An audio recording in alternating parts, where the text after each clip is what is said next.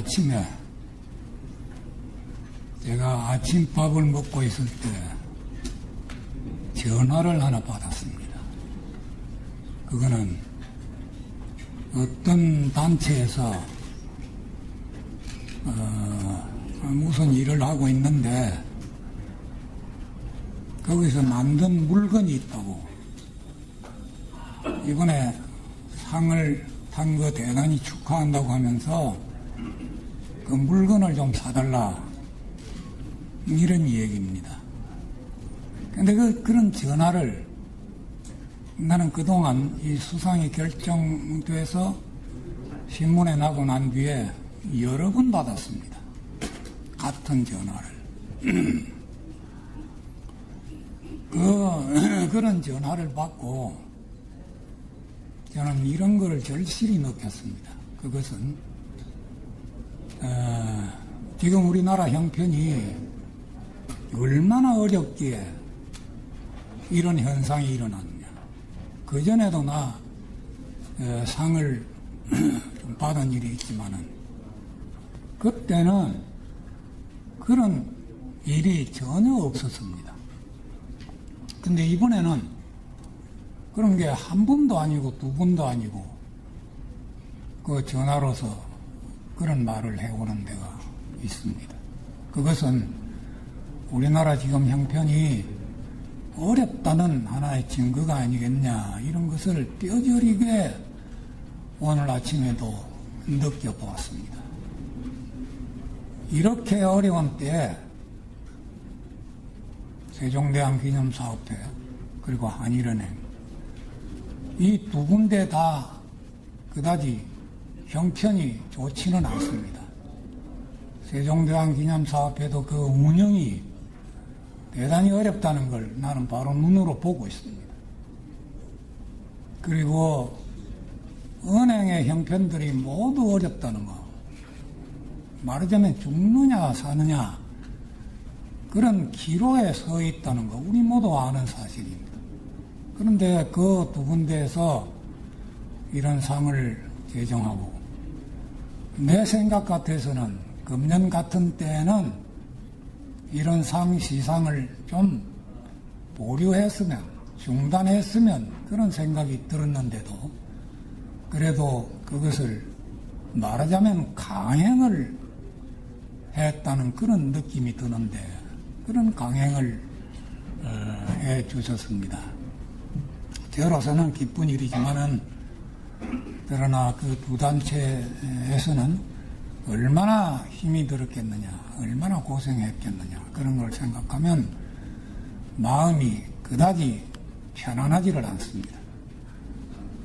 그런데도 불구하고 이런 시상을 강행한 그 밑바닥 힘이 뭐냐, 이런 걸 나는 한번 생각해 봅니다. 그것은 더 말할 필요도 없이 세종대왕의 우리 역사에 끼친 크나큰 공적, 전무후무한 그러한 공적, 그리고 그 정신, 이 정신과 이 공적이 이 시상을 강행하도록 한 그 밑바닥 힘이 아니겠냐, 이런 생각을 해봅니다. 그럼 우리 다 아는 일이지만은 여기에서 한 번 더 그 밑바닥 힘이 되어 있는 세종 정신이라는 게 뭐이겠느냐 하는 것을 같이 한번 생각해 볼 그런 필요가 있지 않을까. 이왕 이런 자리가 마련됐으니까 그런 생각이 듭니다. 우리 다 아는 일이죠. 세종 정신의 가장 으뜸되는 자리에 둘 수 있는 그 정신 세계는 뭐니 해도 강한 민족 자주 정신입니다. 세종과 같은 민족 자주 정신이 그렇게 강한 분이 아니었더라면 그 시기에 어째서 그런 글자를 아까 안호상 선생님 정리했다고 그랬는데 그렇게 했겠느냐. 그 최세진과 같은 그런 자기 자신이 중국 사람인지 조선 사람인지조차도 잘 모르는 그런 사람들이 우글우글하던 그 시기에 그런 소용돌이 속에서 세종은 우리 말은 중국말이 아니라는 거. 그 말은 바로 뭐냐면 우리는 중국 사람이 아니라는 것을 바로 말씀하신 겁니다. 그런 강한 자주정신을 가지고서 세종은 정책을 펴나갔던 것입니다. 그 정신, 이것이 오늘 이 시상을 강행하도록 한 밑바닥 첫째 정신이 아닌가 이런 생각이 듭니다.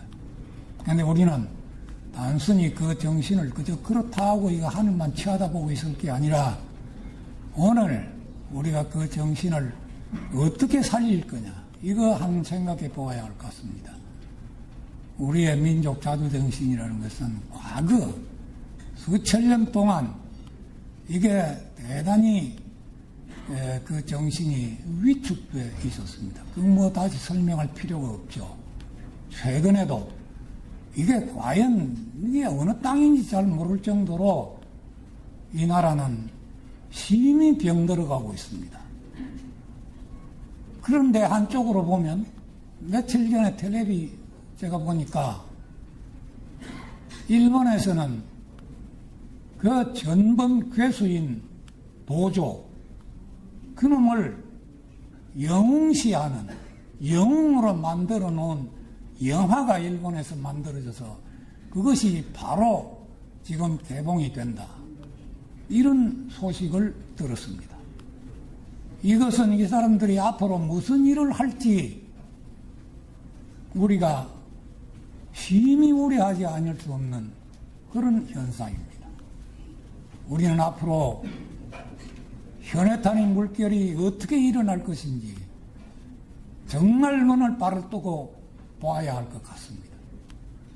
이 시기에 우리가 세종의 강한 민족 자주정신을 우리가 이때 되살려서 우리 각자가 모두 정신무장을 한다는 것은 이거는 나라를 살리는 첫째 길이 아닐까 이렇게 생각을 해봅니다. 그러고 세종은 자기는 특권 계급의 우두머리에 있었으면서도 그러면서도 그 특권 계급들을 위해서가 아니라 일반 백성들 소위 우민이라고 하는 민초들을 위해서 글자를 만들기도 했습니다. 그것은 우리가 오늘날의 수로로 바꾸어 말한다면 그거는 민주주의적인 정신의 싹이라고 이렇게 보아도 좋을 것 같습니다. 우리는 과거 민주주의를 누려본 적이 없습니다. 옛날에 군주 시기에는 물론 그렇고 가득한 옛날의 원시 사회에서는 뭐 어땠는지 우리 잘 모르지만은 역사 이전 이후에 우리의 사회는 군주 시기, 군주 전제 시기죠. 그리고 일제 시대 그 노예와 같은 생활. 광복을 맞았을 때 이제는 미국의 민주주의적인 사회가 되나 보다 희망을 걸어보았더니만은 그때부터 몇십 년 동안 반공을 미끼로 해가지고 독재를 또한 펴온 거. 몸살이 나는 그런 시기 우리가 몇십 년 동안을 겪어왔습니다.